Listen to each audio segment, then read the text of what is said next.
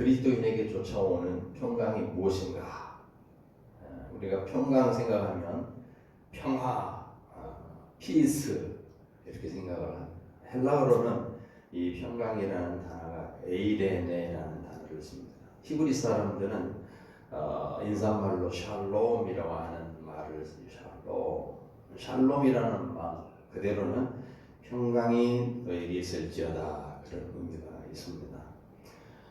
이스라엘 역사를 기록해 놓은 책이 요세푸스의 이스라엘 역사라고 하는 책이 굉장히 방대한 기록의 책이 있습니다. 굳이 요세푸스의 그 이스라엘 전쟁사를 읽어보지 않아도 이스라엘 백성들, 유대인들에게 얼마나 많은 전쟁이 있었는가를 우리가 알 수가 있습니다. 왜냐하면 그들은 하루라도 평안한 날이 없었기 때문에. 그래서 인사말을 샬롬이라고 하는 평화가 있기를 원한다 이런 인사까지 나오게 된 것입니다. 보통 우리가 인사말은 그 시대의 사회의 모습을 반영한다고 그렇지 않습니까? 그죠? 그래서 우리나라에는 아침 식사하셨습니까? 조반 드셨습니까? 얼마나 못 먹었으면 한 끼 해결할 어려운 그런 상황이 있었기 때문에 아마 진지 드셨습니까? 요즘도 그런 인사는 꼭 때가 되면 아침 드셨어요? 점심 드셨어요? 이렇게 인사를 하는 것이 거기에서 유래된 것이 아닌가 생각을 해봅니다. 사도가 에베소에 있는 그 성도들에게 보내는 편지에서 은혜와 평강이 있을지어다 라고 할 때 그 평강이라는 단어를 썼을 때는 그만한 이유가 있다는 걸 우리가 짐작하게 되죠. 그런데 우리가 성경을 읽으면서 특별히 오늘 본문을 보면서 평화라고 하는 말을 할 때는 보통 세상 사람들이 말하는 그 평화를 의미하지 않습니다. 성경은 싸움이 없고 전쟁이 없고 다툼이 없고 편안한 상태, 그것을 평강이라고 말하지는 않는다는 겁니다. 성경이 말하는 평강은 원수지간, 서로 적대적인 관계, 화해하지 못하고 있는 그 적대적인 관계 속에서 살아갔던 사람들이 돌이켜서 서로 화해하고 부둥켜 안고 껴안는 것까지를 의미할 때 그것을 평강이다라고 하는 것이죠. 그러니까 이 말의 근본적인 의미는 평강이라고 하는 말 속에는 연합의 의미가 있습니다. 전쟁이 없는 것, 평화로운 것, 그런 것만 의미하는 것이 아니라 성경에서는 평강이라는 단어를 쓸 때 연합이라는 의미가 강합니다. 분리된 후에, 분리된 있는 상태 뒤에 오는 연합, 이것을 평강이라 이렇게 말을 합니다. 그렇다면 그 평강은 누구와의 평강인가? 누구와의 평강인가? 사도는 하나님과의 평강을 빌고 있는 겁니다. 여러분 우리가 다 알다시피 범죄한 인간은 하나님과의 관계가 무슨 관계냐? 적대적인 관계, 원수 관계입니다. 인간이 타락했기 때문에 인간이 단순히 하나님으로부터 떠나온 것, 그런 것만을 의미하지 않습니다. 오히려 하나님을 떠나와서 하나님을 향해서 대적하는 상태, 하나님을 향해서 미워하는 상태, 하나님이 없다고 하는 그 사상을 오히려 인정하면서 그것을 죽이는 그러한 상태, 본질적으로 하나님을 미워하는 존재였고 하나님과 원수된 상태였다 이렇게 말을 하죠. 인간 상태가 그렇습니다. 인간은 하나님에 대해서 그래서 적대감을 갖고 있기 때문에 하나님뿐만 아니라 자기 자신 속에서도 적대감을 갖고 있습니다. 인간은 자기 밖에 계시는 하나님과 싸우고 있는가 하면 자기 내면, 자기 자신 속에서 한 싸움이 계속해서 일어나고 있는 것입니다. 타락한 인간의 비극이 바로 거기에 있는 것이죠. 하나님과의 적대관계, 자기 자신과의 싸움. 원래 인간은 지음받을 때 하나님과 평화를 누릴 수 있도록 지음받았습니다. 그 하나님과 평화를 누릴 때만 자기 속에 평강이 있도록, 평강을 누릴 수 있도록 지음을 받았어요. 하나님과의 평강, 내게 오는 평강. 그러나 인간이 자기 자신을 신으로 삼으려고 하는 부단한 노력을 하는 거예요. 나도 하나님처럼 되겠다. 부단한 노력을 하고 있는 거예요. 인간 자기 자신이 원하는 것들, 자기 원리, 자기 삶의 법칙, 이것을 가지고 계속해서 추구하고 나가고 있는데, 오히려 그로 말미암아 더 많은 혼란, 더 많은 악함으로 그 삶이 특징 지어져 가는 것입니다.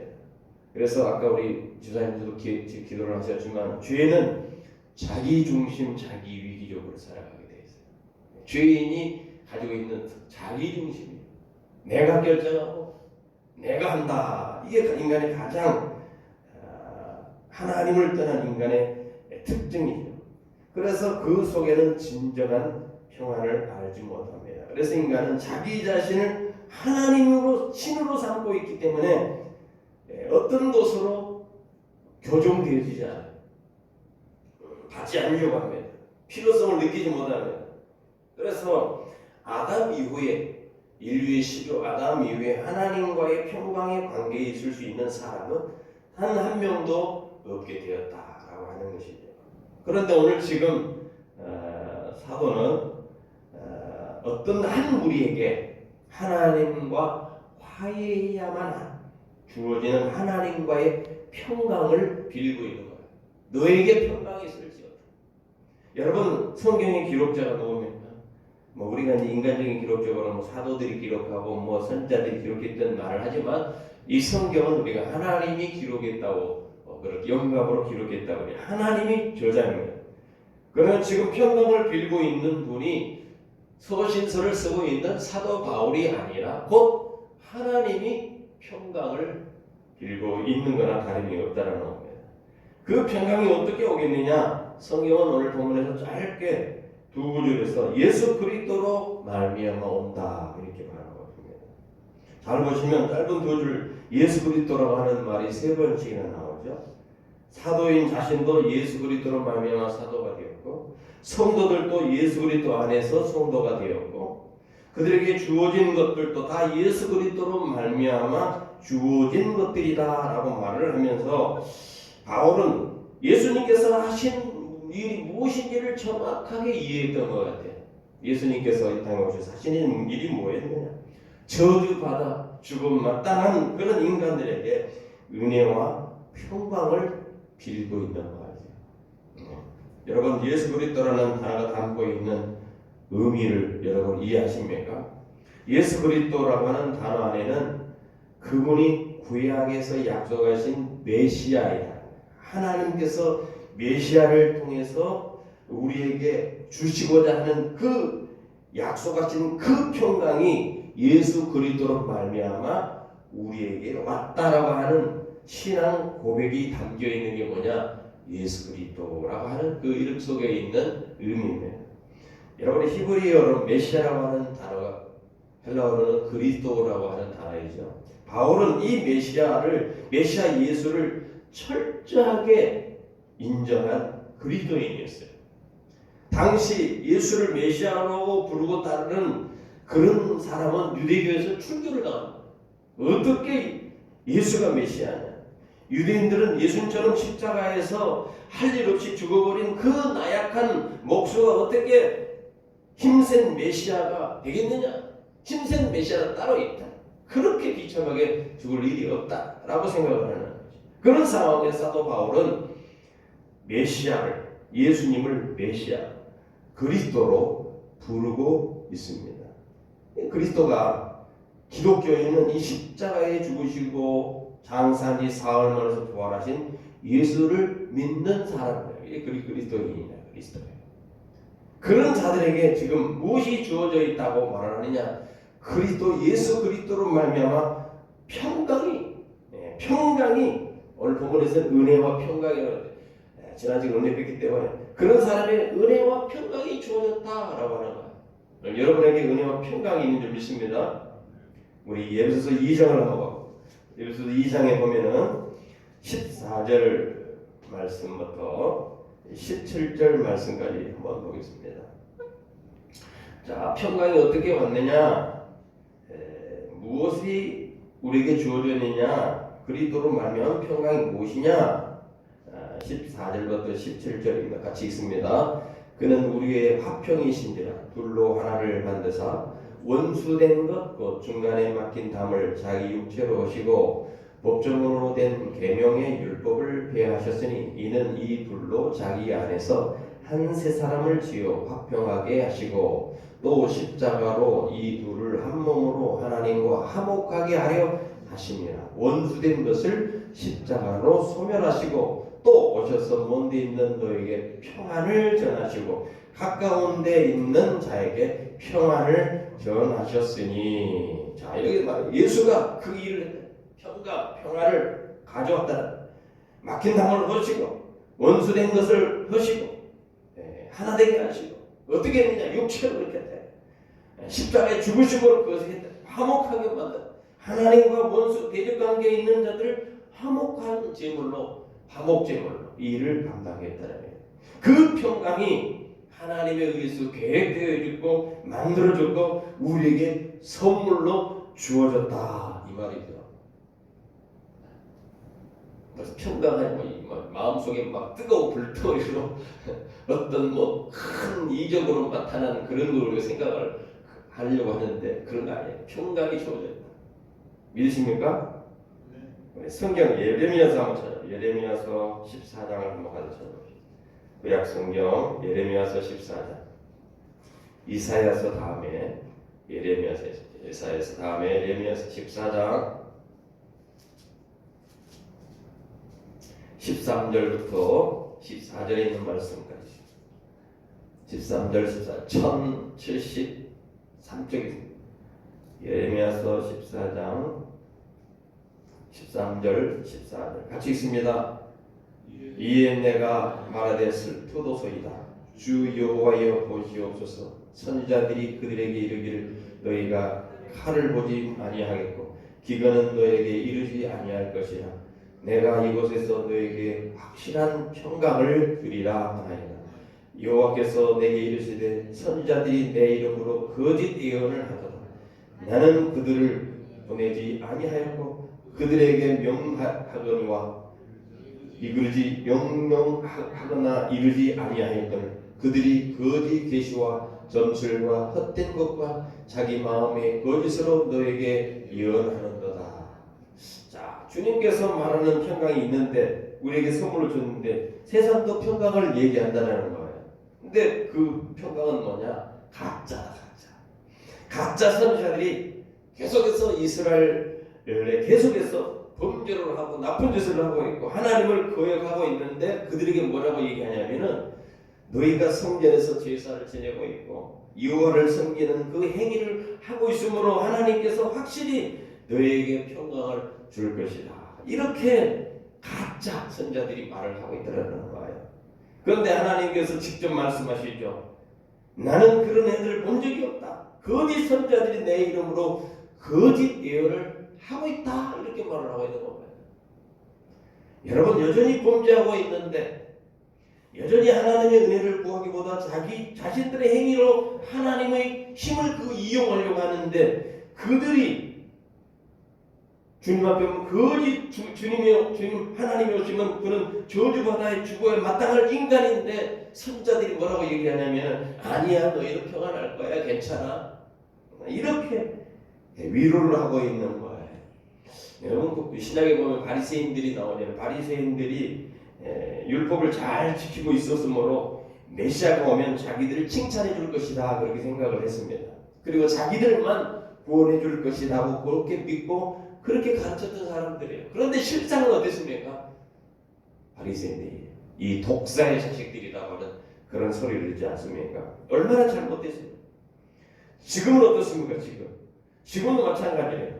예수 그리스도의 그 은혜로 하나님으로 말미암아 그 평강을 예수 그리스도로만 얻는 것이라고 말하지 아니하고 인간의 어떤 행위로 인간의 어떤 노력으로도 가능하다. 그 평안은 가능하다. 인간의 행위를 보태면 하나님께서 인간에게 평안을 줄 것이다 라고 하는 잘못된 가르침이 있을 수 있다라는 거예요. 뭐 이건 뭐 지금 뭐 크게 뭐 천주교나 캐톨릭 같은 경우 사람이 믿음으로 구원받는 게 아니에요. 행위가 있어야 돼. 행동이 깨끗해야지 구원받는다. 인간적인 것을 거기에 보태는 거예요.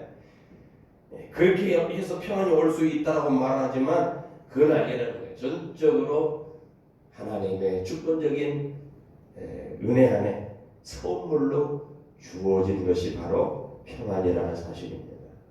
예레미야서 6장에서도 똑같이 말을 합니다. 6장 14절 보면은 예레미야 6장 14절 보면 그들이는 가짜 선자를 말합니다. 그들이 내 백성의 상처를 가볍게 여기면서 말하기를 평강하다 하나 평강이 없도다. 기적도 일으키고 병도 낫게 하고 그렇지만 하나님은 평강이 아니라고 말합니다. 그리고 그것을 가짜 평화라고 이렇게 전합니다. 여러분 우리가 볼 때 환경이 좋고 병이 낫고 환경이 좋아지고 생활이 윤택해지고 하는 것을 우리가 보통 생각하는 그게 평강이다 평안이다 이렇게 생각을 합니다. 그러나 하나님은 하나님이 주시는 평강은 그런 것이 아니라는 거예요. 오늘도 그런 거짓 평안을 외치는 자들이 얼마나 많습니다. 예수를 믿으면 복을 받습니다. 예수를 믿으면 축복을 받고 소원을 이루어지고 내가 원하는 모든 일이 만사형통할 것입니다. 일사천리로 풀려질 것입니다. 병도 안 걸리고 그런 요술낸 불을 쥔 마치 알라딘처럼 그렇게 신앙을 얘기하는 거 이게 바로 뭐냐? 거짓 평화를 외치는 거 다른 게 없습니다. 성경이 말하는 평화는 그런 평안이 아닙니다. 오히려 그런 물질적으로 또 공간적으로 그런 수많은 편의들이 내게 주어지지 않을 때 그때도 내 속에 사라지지 아니하는 어떤 하늘의 것 평안 그것이 에이레네 평안이라는 거야. 다 빼앗겨도 육신의 질병을 안고 있어도 재산이 없어도 명예가 실추당했어도 시간적으로 물질적으로 공간적으로 내게 주어지는 편의들이 다 사라진다 할지라도 흔들리지 아니하고 내 속에 심겨진 것 이것이 평안이라는 겁니다. 예수님께서 말씀은 평안 그걸 평안을 말을 합니다. 여러분 요한복음 14장에 한번 가봅시다. 요한복음 14장 27절 신약성경 요한복음 14장 27절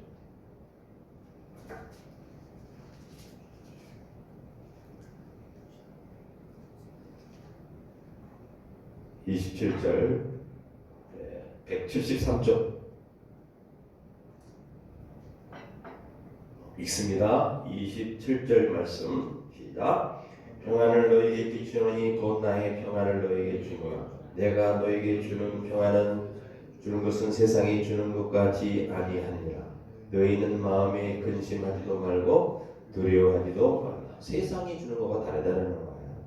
누가복음 12장 마태복음 다음에 누가복음 12장 아셨죠? 51절부터 53절 117쪽입니다. 읽습니다. 내가 세상에 평화를 주려고 온 줄로 아느냐? 내가 너희에게 이르노니 아니라 도리어 분쟁하게 하려 함이로다.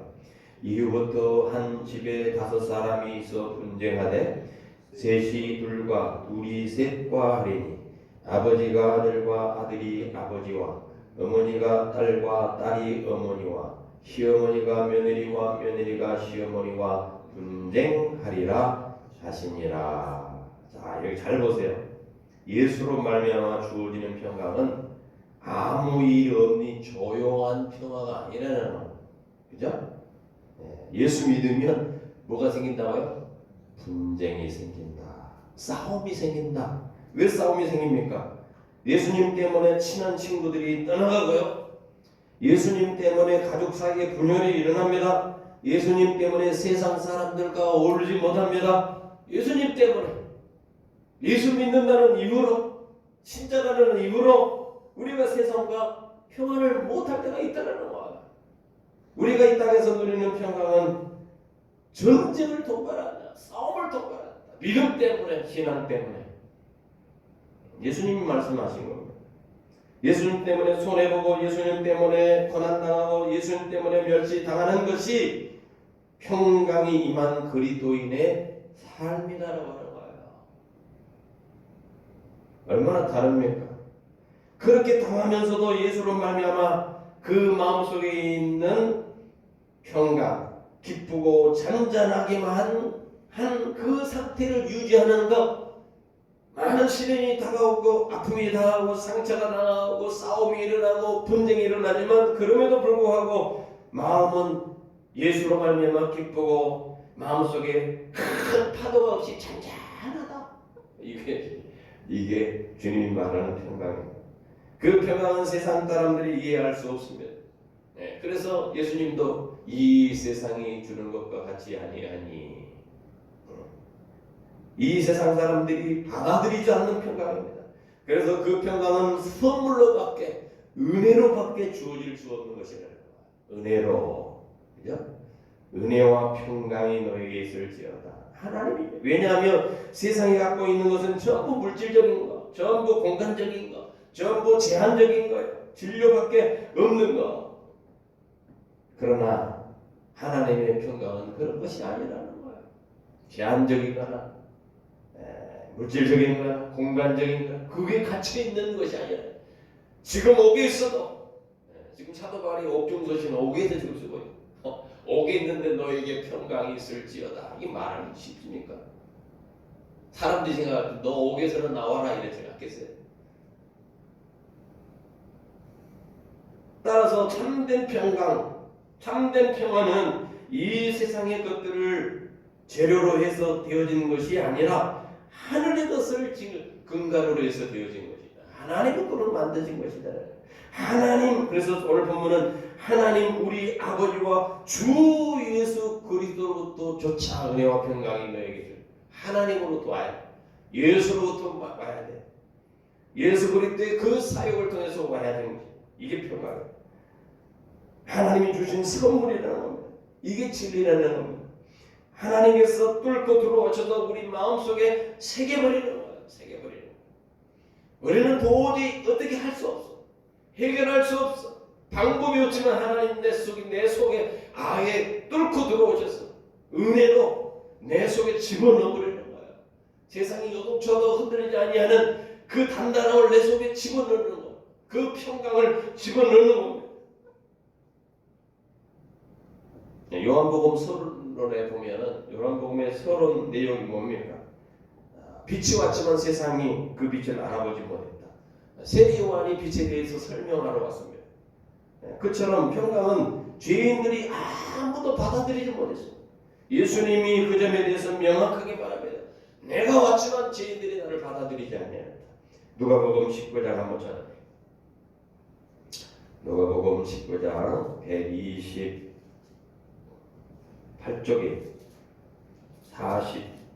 37절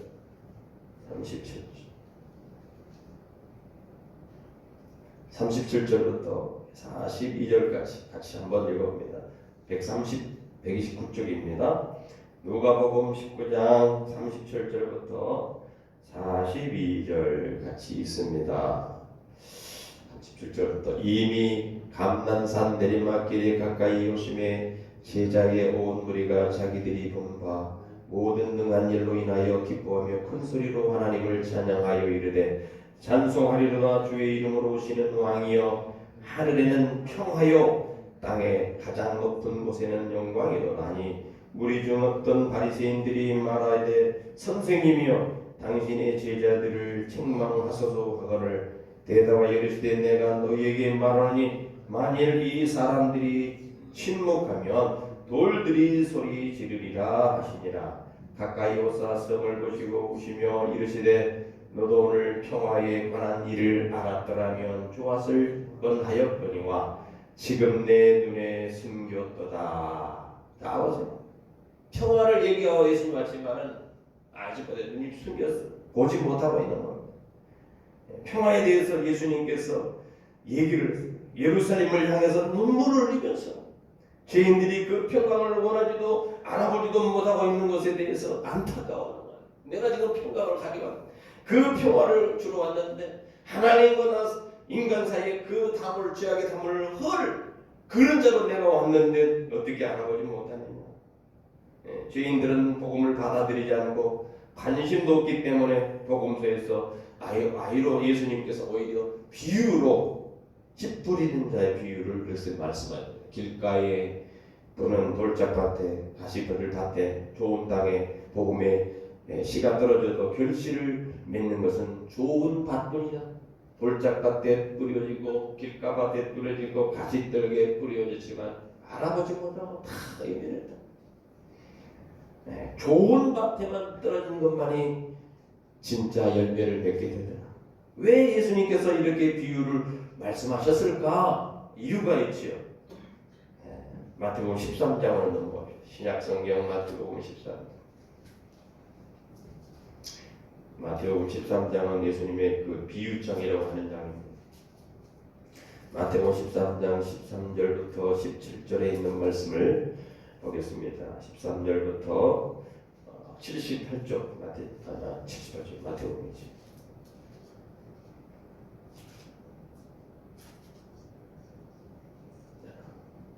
21쪽에 있는 거. 자, 13절부터 17절에 있는 말씀을 같이 읽습니다. 시작. 그러므로 내가 그들에게 비유로 말하는 것은 그들이 보아도 보지 못하며 들어도 듣지 못하며 깨닫지 못함이니라. 이사야의 예언이 그들에게 이루어졌으니 일렀으되 너희가 듣기는 들어도 깨닫지 못할 것이요 보기는 보아도 알지 못하리라. 이 백성들의 마음이 완악하여져서 그 귀는 듣기에 둔하고 눈은 감았으니 이는 눈으로 보고 귀로 듣고 마음으로 깨달아 돌이켜 내게 고침을 받을까 두려워함이라 하였느니라. 그러나 너희 눈은 봄으로 너희 귀는 들음으로 복이 있도다. 내가 진실로 너희에게 이르노니 많은 선지자와 의인이 너희가 보는 것을 보고자 해도 보지 못하였고 너희가 듣는 것을 듣고자 해도 듣지 못하였느니라. 분명히 성경은 인간들 스스로 하나님이 말씀하시는 그 평강을 얻을 수 없다. 노력을 해도 안 된다. 듣지 못했다. 그래서 그 평강은 하나님의 주권을 위해서 우리에게 주어진 것이라. 하나님의 은혜로 주어진 것이라. 인간은 일이 잘 되어져 주어지는 그 기쁨을 평안이라고 말을 합니다. 그러나 하나님의 뜻을 쫓아 순종하는 사람에게 주시는 것, 그것이 평강이라는 거예요. 하나님의 뜻을 쫓아서 살아가는 그 사람이 세상의 핍박을 받을 수 있습니다. 세상은 이해를 하지 못합니다. 세상은 알 수가 없습니다. 세상은 절대 흉내낼 수 없는 그 평강을 하나님의 뜻을 쫓아 순종하는 사람에게 주어지는 것. 비록 세상에 불이익을 당하여도 어느 순간부터 우리의 삶에 간섭을 하고 있는 진리를 내가 기뻐하고 순종할 수 있다면 그 사람은 평강을 누리는 사람이에요. 세상 속에서 고통을 당하면서도 내 속에 있는 그 신앙 때문에 내가 그것을 감내하면서 이것이 하나님의 은혜라 생각하고 마음의 평강을 유지하는 것, 이게 주님이 주신 평강이에요. 이렇게 그런 평강이 우리에게 어떻게 주어졌느냐? 흉내도 낼 수도 없고 그런 평강이 어떻게 주어졌느냐? 오늘 본문은 예수 그리스도에 의해서 우리에게 주어진 것이 우리 주 하나님, 하나님 우리 아버지와 주 예수를 말미암아 쫓아 은혜와 평강이 주어졌다, 이렇게 말을 하고 있네요. 결국 선물로 주어진 것이라는 겁니다. 예수님께서 눈물을 흘리면서 안타까워할 만큼 그 평강은 죄인들이 바라지도 않고 보지도 못했고, 그렇지만 우리는 그 평강을 누리고 살아갑니다. 그 평강을 우리에게 허락하셨어요. 다른 사람들 같으면 지금이라도 목맬 그런 어려운 상황 가운데 있지만은 하나님을 찬양하고 예배하고 기쁨으로 하나님께 나아갈 수 있는 건 무엇 때문일까? 하나님이 주신 평강의 근거에 그렇다는 거예요. 여러분, 성경은 여러 곳에서 그 평강은 하나님이 창조한 것이라고 말합니다. 인간들이 만들어낼 수 없는 것이라고 못 받고 있습니다. 이사야서 45장 7절에 나는 빛도 짓고 어둠도 창조하며 나는 평안도 짓고 환난도 창조하나니 나는 여호와라. 이 모든 일들을 행하는 자니라 하였노라. 죄에 빠진 상태에서 인간은 평안이 없다고 말하겠습니다. 죄인들이 평강을 이야기한다고 그 자체가 어느덧 죄인들은 평강이 있을 수 없어요. 항상 불안합니다. 죄인들이 하나님과 평안을 이야기할 수 없기 때문에 그래서 평강은 하나님이 지어줘야 돼요. 하나님 지어줘야 돼요. 그런 상황을 올바로 인식한 자들에게만 이 평강의 소리 복음이 들리게 되어 있는 거예요. 그 평강 하나님께서 주신 하나님께서 죄인들을 향해서 주시는 그 평강 지으셨다는 사실을 받아들이는 사람만이 복음을 받아들일 수 있어요.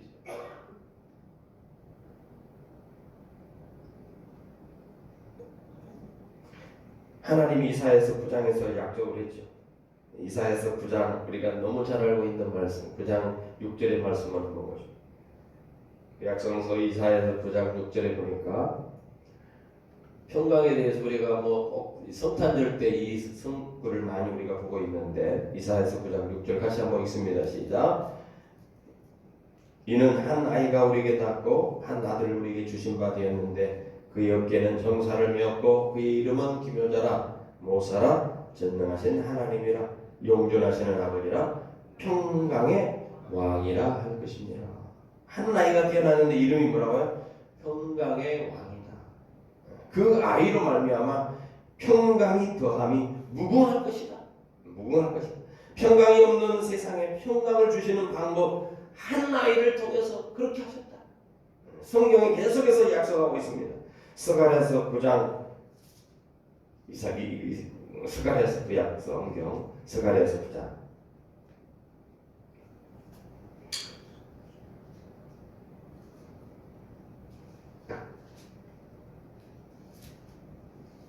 스가랴서 9장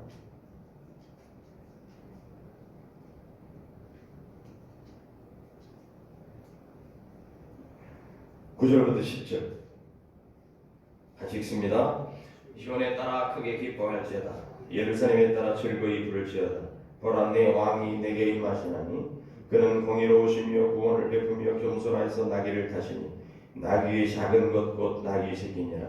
나무는 에브라임의 병거와 예루살렘의 말을 끊겠고 전쟁하는 활도 끊으리니 그가 이방 사람에게 평화를 전할 것이요 그의 통치는 바다에서 바다에까지 이르고 유브라 대강에서 땅 끝까지 이르리라. 예수님께서 나귀 타고 예루살렘에 입성하실 것에 대해서 예언을 하는 장면이죠. 그런데 예수로 말미암아 이방 사람들이 뭐를 얻게 된다? 평강, 샬롬을 갖게 될 것이라고 전하는 게 되는 거죠. 그런데 여기서 이 평강은 기가 막히게도 이렇게 만들어지는 것이 어떻게 만들어진 거냐? 우리에게 선물로 주어졌다. 선물. 이사야서 53장 5절 제가 예배 시간에 처음에 그렇게 낭독했습니다. 그가 찔면 우리의 허물을 때문이요 그가 상함은 우리의 지악 때문이라. 그가 징계를 받음으로 우리가 평화를 누리고 그가 채찍에 맞음으로 우리가 나음을 입었다. 그가 와서 그 일을 했다니까. 예수님이 와서 그 일을 했다. 계속해서 반복하고 있습니다. 오늘 예배소서 2장에 있는 14절에 있는 14절 17절에서 우리 아까 읽었던 말씀처럼 그는 우리에게 화평이시다. 원수된 것을 중간에 막힌 담을 육체로 오셨다. 예수님이 그 일을 했다.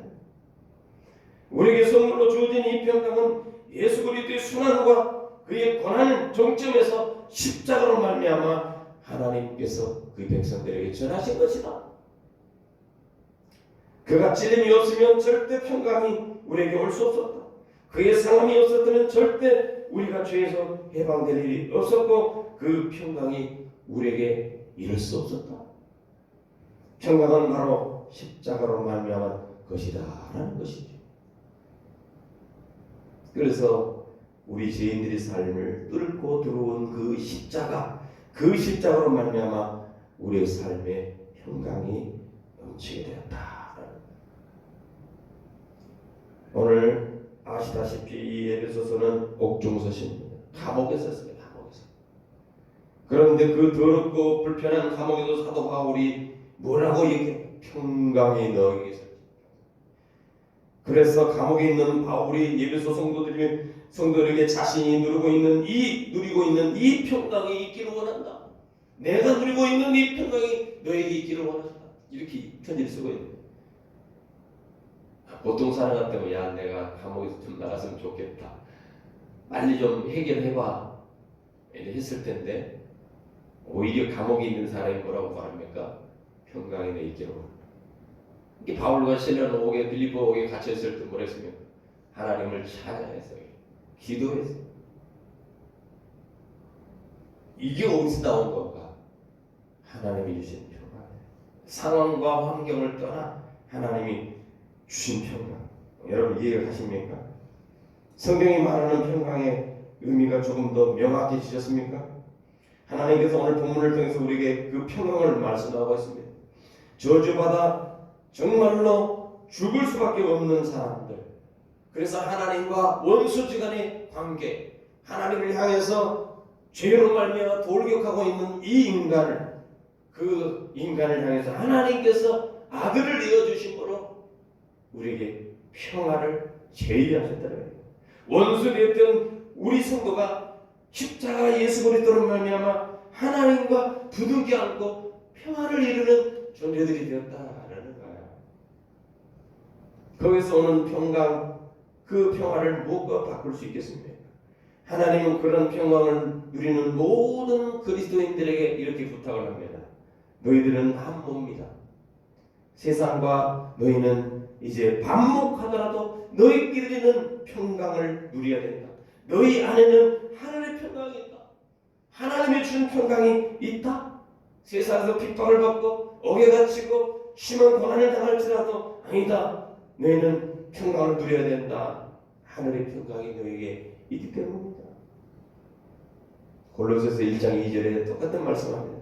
그의 십자가의 피로 화평을 이루사 만물 뭐 땅에 있는 것들이나 하늘에 있는 것들이 그로 말미암아 자기와 화목하게 되기를 기뻐하시니라. 골로새서 3장 15절에서는 그리스도의 평강이 너희 마음을 주장하게 하라. 너희는 평강을 위하여 한 몸으로 부르심을 받았느니 너희는 또한 감사는 자라. 평강을 위해서 부르심을 받았다. 우리가 그런 존재라는 거예요. 그러한 십자가로 말미암아 얻은 그 평강은 하나님과의 화목한 자들에게만 주어진 하나님의 선물이에요. 십자가의 의미 여러분 다 아시죠? 십자가의 의미. 하나님과 인간의 화목이죠. 그죠? 수평적으로는 뭡니까? 인간과 인간의 화목. 하나님과 인간의 화목이 되면 인간과 인간의 화목이 이루어지는 십자가 의미하겠습니다. 수직적인 화해, 수평적인 화해, 평강을 이루는 것이. 성경은 자기 안에 있는 평화, 다른 사람과의 평화, 또 하나님과의 평화, 이 세 가지를 합니다. 하나님과의 평화, 다른 사람과의 평화, 자기 자신과의 있는 평화. 우리 안에 모든 지각에 띄운 하나님의 평강이 있다는 사실을 여러분 기억하시기 바랍니다. 그것은 그리스도 예수로 말미암아 우리에게 주어진 것입니다. 그래서 빌립보서 4장 7절에 그리스도 예수 안에서 너희가 너희 마음과 생각을 지키시리라. 모든 지각에 대한 하나님의 평강이 그리스도 예수 안에서 너희 마음과 생각을 지키시리라. 하나님은 우리가 평강할 수 있도록 알려줄 뿐만 아니라 우리에게 평강을 주실 뿐만 아니라 우리의 평강을 유지시켜 주시는 분이라는 거예요. 우리 아버지 주 예수 그리스도로 말미암아 그것이 가능하게 됐다는 거예요. 내 혼자는 불가능해. 내 힘으로는 유지하는 것이 어려워. 세상의 환경에, 조건에, 상황에, 처지에 우리가 그 평강을 빼앗길 수 있는 그런 자들인데, 그러나 그렇지 않다. 하나님의 평강이, 모든 지각에 대한 하나님의 평강이 너희 속에 있다. 그리스도 예수 안에서 너희 마음과 생각을 지킬 것이다. 걱정하지 마라.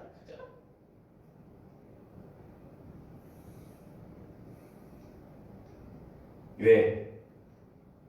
아버지 하나님과 주 예수 그리스도로 말미암아 그 평강이 왔기 때문에 그 평강을 몸속에 새겨진 사람은 가시밭길을 걸어요. 아무리 총이 와가지고 죽인다고 해도 굴러가지 않습니다. 사자가 와서 밥이 된다고 해도 사자굴에 던져져도 굴복하지 않습니다. 왜? 하나님으로부터 주어진 것이기 때문에. 어떤 죄의 유혹을 당할 수 있고 어떤 일이 일어날 수도 알 수 없는 이 세상에 살지만 그러나 모든 지각에 뛰어난 하나님의 그 은혜가 그 평강이 우리 속에 단단히 지킬 것이다. 약속했어요. 여러분, 결론 말씀을 했습니다. 우리는 하나님과 화목된 자들입니다. 그러면 우리끼리 당연히 화목해야 되지 않겠습니까?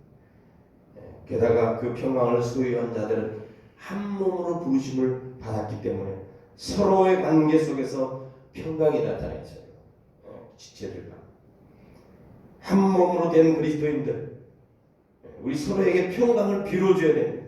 우리 가운데 늘 평강이 흐르도록 우리가 그리스도 안에서 은혜로 거듭난 자들이 아니겠습니까?